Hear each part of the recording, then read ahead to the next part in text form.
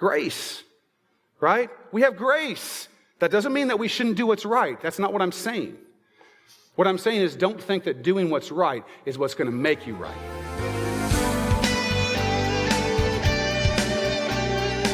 Today is an important episode as we look at the motives behind why we do what we do. Here's Pastor David. Let's talk about the Israelites for a second. These folks, the Hebrews, God chooses Abraham, right? And says, listen, there's all these people, they're wicked people, but through you, I'm going to set aside, through your seed, through your children and grandchildren, great-grandchildren, and so on, I'm going to set a people aside. They're going to be set aside specifically for me to be a light to the world. Okay? And in doing that, I'm going to give them some rules and some things to do that show that they're separated unto me. Now, that's an honor, right?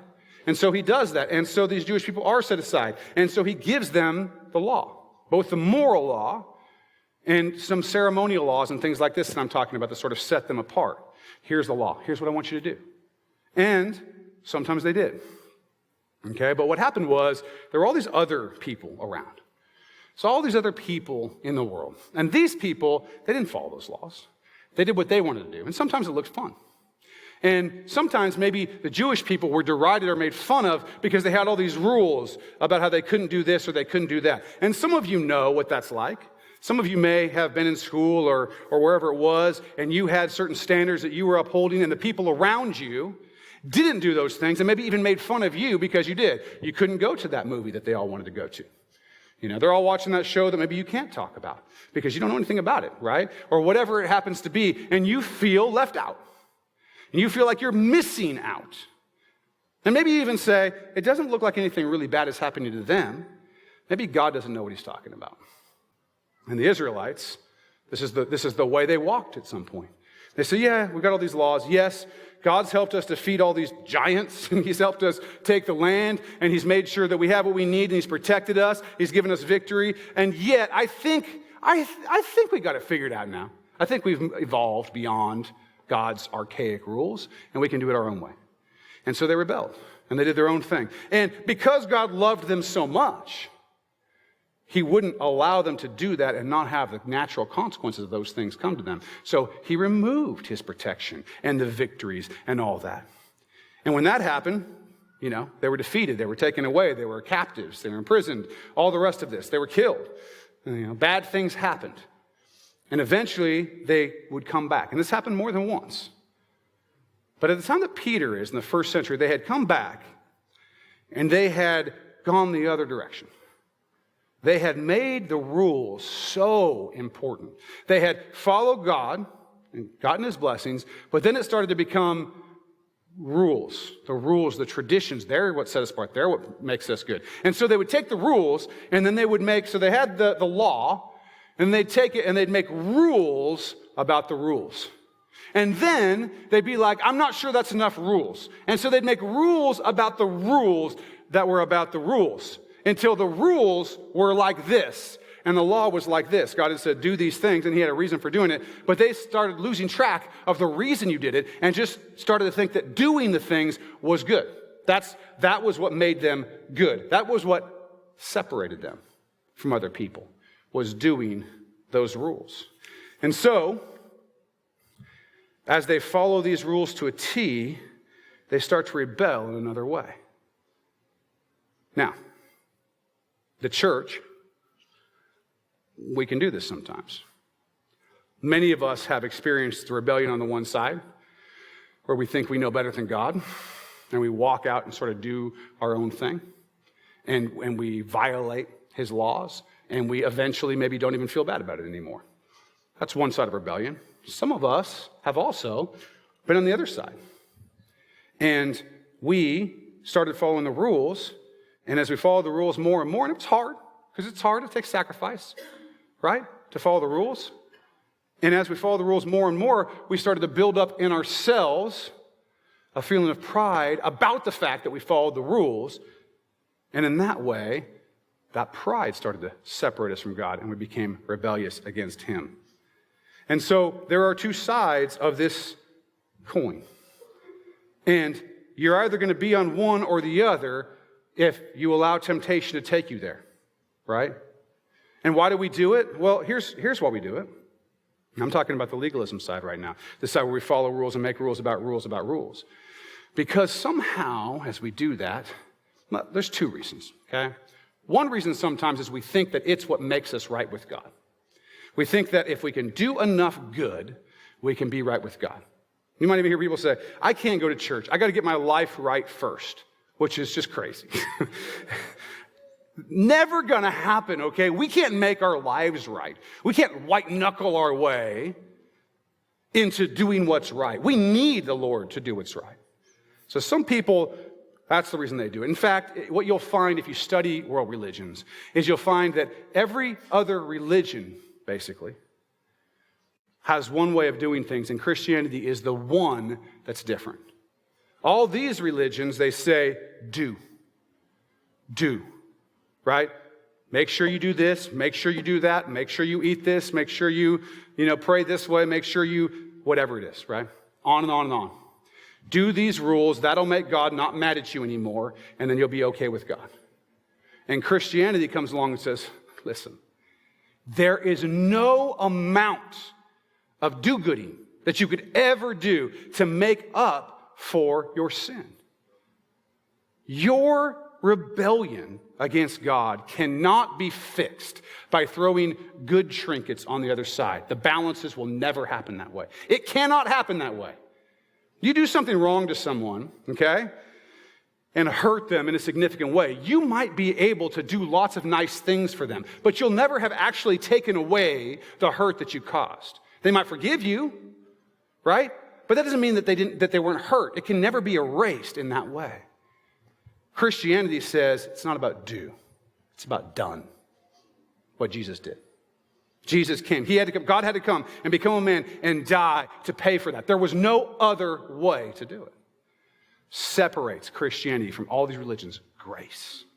Grace. Right? We have grace. That doesn't mean that we shouldn't do what's right. That's not what I'm saying. What I'm saying is don't think that doing what's right is what's going to make you right. So there's some that do it for that reason. But a lot of us can be tempted into doing it for a little bit different reason. And that is, as we do the rules, we start to elevate our traditions. We start to elevate the things that we're doing right? Sacrificing and doing these things. And we do it in such a way, when I say elevate, what are you going to elevate from? From other people. And we start to look at doing what's good as the thing that separates us from and makes us better than those people, whoever they are. And there's a million ways to separate yourself in this way and to build up pride in this way. But one of those ways is legalism. We have rules, and we say, hey, we follow all these rules. We've got the rules, we follow the rules. I'm following the rules. That guy's not following the rules, so I'm better than him. And somehow it creeps in that there is a difference between us. And this is what's happened with the Jews at this point. The Gentiles are less valuable than us. We're more valuable to God than the Gentiles. We're fully human, and they're something less than human. And Jesus Christ comes along and blows that out of the water. The only one who is doing that, who's turning the world upside down in that way. In Galatians 3, verse 28, we read this. There is neither Jew nor Greek, okay? Neither Jew nor Gentile. There's neither slave nor free. There is neither male nor female, for you are all one in Christ Jesus. For these people at this time, those were all distinctions that they would have made.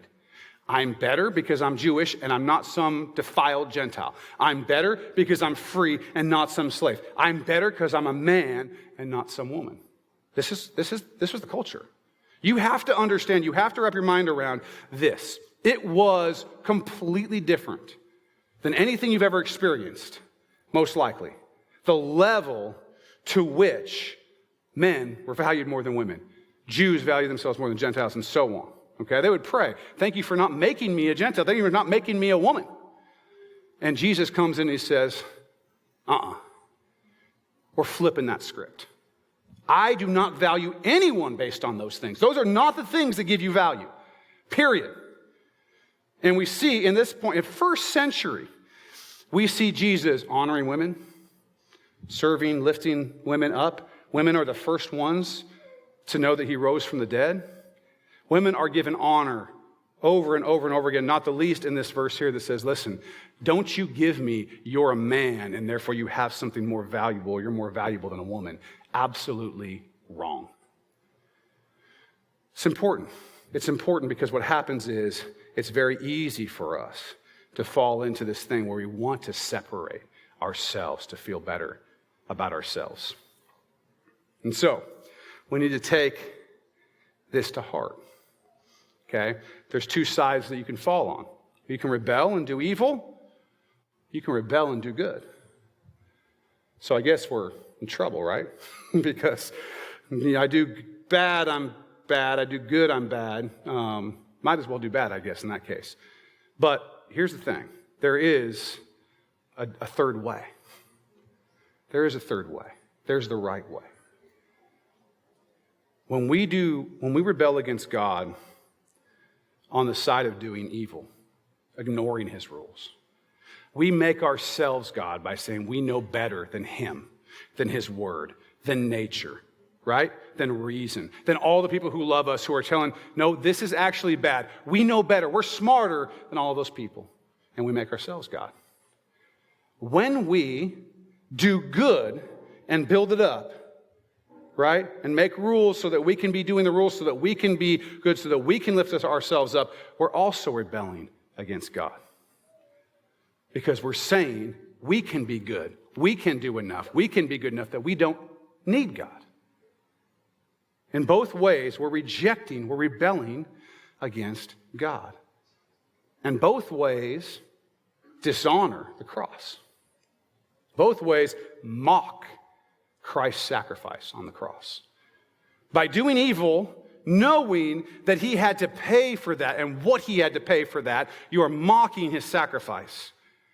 By doing good and thinking that it makes you better than other people, and thinking it's what gives you your salvation, it's what makes God's lucky to have you, look how good you are also mocking the cross that he said that you needed, and you're saying that you don't. In both ways, we mock the cross. So, for those of you who need to come back from a place where you're in rebellion and doing what you know you ought not to do, you need to come back. For those of you who are in a place where you're doing good, right? I come to church every Sunday. I tithe 10% on the gross, and I'm going to let you know about it, and that kind of thing, right? Where you build yourself up. Let me just tell you something. None of that is what makes you more valuable. None of it. Go to church, don't go to church. Tithe, don't tithe. Whatever it happens to be. That's not what makes you valuable. Now, there's a right thing to do there. You can probably guess which one I'm going to say is the right thing to do. But it does not make you more or less valuable. You're special, okay? Every one of you is special. I'm going to tell you why in a second, but first I'm going to tell you this, if you'll just let me be honest for a second. You're not special in this way, in this two-sided way of the way that we deal with what we've been called to do. You're not special in the sense that you know better than everybody. You're the first one to have cracked the code. You figured it out. You can do these things and it's okay for you. What's okay for me is okay for me. What's okay for you is okay for you. You figured it out. You've moved beyond morality. You're the new person. You figured it all out. You have not. Okay? You have not evolved beyond morality and the commands of God. They're there for you, for your good. Okay? You have not. You're not special in that way. You have not gone above everybody. You're not smarter and more wise than everybody. On the other side, you are not special because of the things that you do that are good. That's not what makes you special. No amount of things that you do will ever lift you up above another human being and make you more valuable than them. Nothing. You know how you are special? You're unique. God made you a unique individual. He made you, you. Okay? Even if you're a twin, which I know some of you are, even if you're a twin, you're unique, right? That other person isn't you. God made you, and he made you individual. And it's so important to him that he was willing to come and become a human, which ain't easy, as you all know, being a human, right? And not just become a human, but suffer and die. Why? For you. For you individually, you. And rise again, defeating death so that you could be with him forever in relationship. He wants to know you and be in a relationship with you. The God of the universe, with you. He didn't make 5 just like you, and it's like, I hope one of them gets saved because, I like that kind that I made. No. He made you specifically unique. There is not one human being that has lived or will ever live that has what you have. He wants to have a unique and special relationship that only you and him share. It's just that relationship. If you have kids, if you have more than one, you know that each one is unique, and your relationship with each one is unique and different and special. Same way for God. He's made you unique. The difference is when you had kids, you didn't choose what went in. He actually made you particularly with these gifts and talents and abilities and things, and he just wants to be with you. That's what makes you special. But it does not make you more special than anyone else. And coming to church and doing what's right and all these things do not make you more special than anyone else. In fact, it should cause you understanding that you're special in that way and that everyone else is. It should cause you to lift people up, not push them down. You should be looking for what's special about everybody. Those people that just annoy you? Some of you are looking at me like I'm that guy. Yeah, sorry. My bad. You should stop thinking so much about how they annoy you and start thinking about what is it that God made this person special? What's special about this person? How can I know God better by what he's done in his magnificent creation of this person? And that's hard sometimes. But that's what you should be doing. That's what you should be doing. As the church, if people walk in to a building with a bunch of people who are following the rules so well and patting themselves on the back so much for how well they follow the rules, people are going to feel like you think you're better than them because you follow the rules, and they're coming in just like you did the first time, broken, helpless, to the foot of the cross to know Jesus Christ, which is where you better all be all the time, because that's who we are. We need him all the time. But if we're constantly thinking, well, we're past all that. You ever been around a smoker who quit smoking, and then they see someone else who's smoking, like, I can't believe it. They have no willpower. I was like, all right, guy. You were able to quit smoking. That's great, but, take it easy. Don't be that person. The fact that God has saved you and empowered you through his Holy Spirit to be able to even do good, it's not exactly something that you should be bragging about over other people. And the church has, I think, too often, put people in a place where they feel like they're judged, where they feel like these people think they're the good people. Or you know what's even worse? If they think these people are the good people, and they actually feel lower as a result of it. And that's messed up. Hopefully they at least go, they're stupid. No one's more valuable than anybody else. But if they don't, and they actually feel down, then how bad is that? What you have to do is you have to analyze yourself and ask yourself, is there a secret place in your heart that maybe you're not even aware of, that maybe you don't even think about, where you look at somebody else just a little bit and think, well, at least I'm not them. I'm a little better than that. At least I don't have that problem. I can't believe that they struggle with this. I can't believe that they do that. They're other, they're different, they're lower. Because it doesn't start in 1 second. It's not like, I'm going to follow the rules, Lord, and the next day it's like, man, everybody else is terrible. It doesn't work like that. It's slow. It's insidious. It just creeps in. And before you know it, you don't even realize that you've started to elevate yourself above other people. And it's coming out in the way you talk, in your body language, the way that you treat people, the way that you talk about people. Look, I've been there. Both sides. Both sides of rebellion. I was a hopeless rebel until Christ saved me. Both sides. I've done both. And let me just tell you, we're called to not to not do that. Pride is the gateway sin. It leads to basically just about every other sin. It's the way Satan fell. It's the way people fell. It's the way you and I will fall if we don't keep our eyes and our hearts on Jesus Christ and who we are in him and because of him. So, why do we do good? You can't do good so that you can feel better than other people. That's easy. Why do we do it? Because you're special. Because you know that God made you special and that he loves you enough to have died, suffered, and died for you. And that he rose again, defeating death, that you can be with him forever. And your response to that is to do good. It's a response. It's a, I love you. I want to make you happy. Anybody ever, when they were young, mom or dad, you just did something nice. You just wanted to make them happy because you loved them. Because you knew they did nice things for you. They made you feel good. You just wanted to do something nice. You know, your kid, he takes like the $5 from you to buy you a gift for $5. And it's like, I'm not $5 richer. I just have a really ugly tie now. You know, that type of thing. But you know what? It's the heart there. I want to do something for you, Daddy.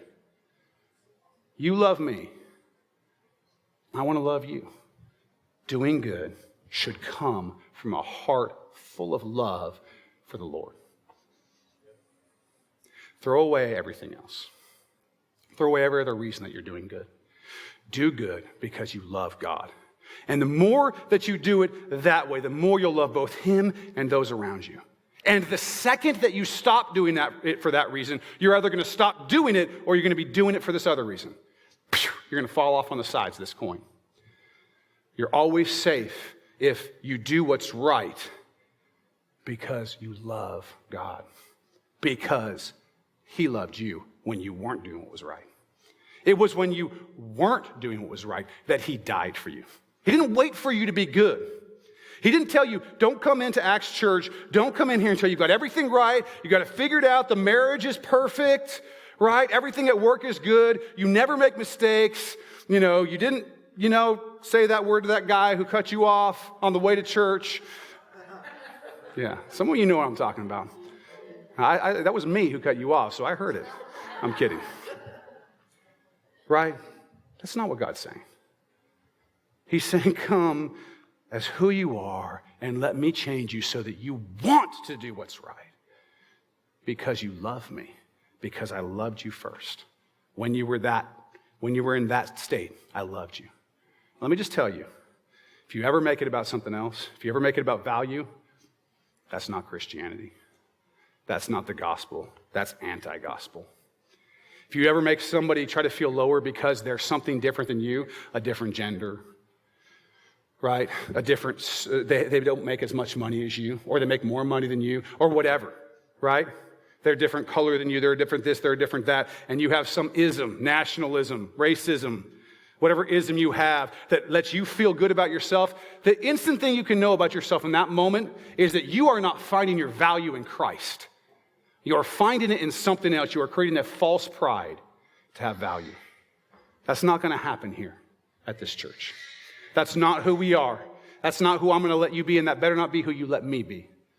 We're going to hold each other accountable to do what's right because we love God, to treat others as valuable, special people. If God is willing to die for the person sitting next to you, there's something special, just like you. So let's have that heart towards others. Let's check our hearts. Let's focus in. What is God calling us to do? Let's throw everything else aside.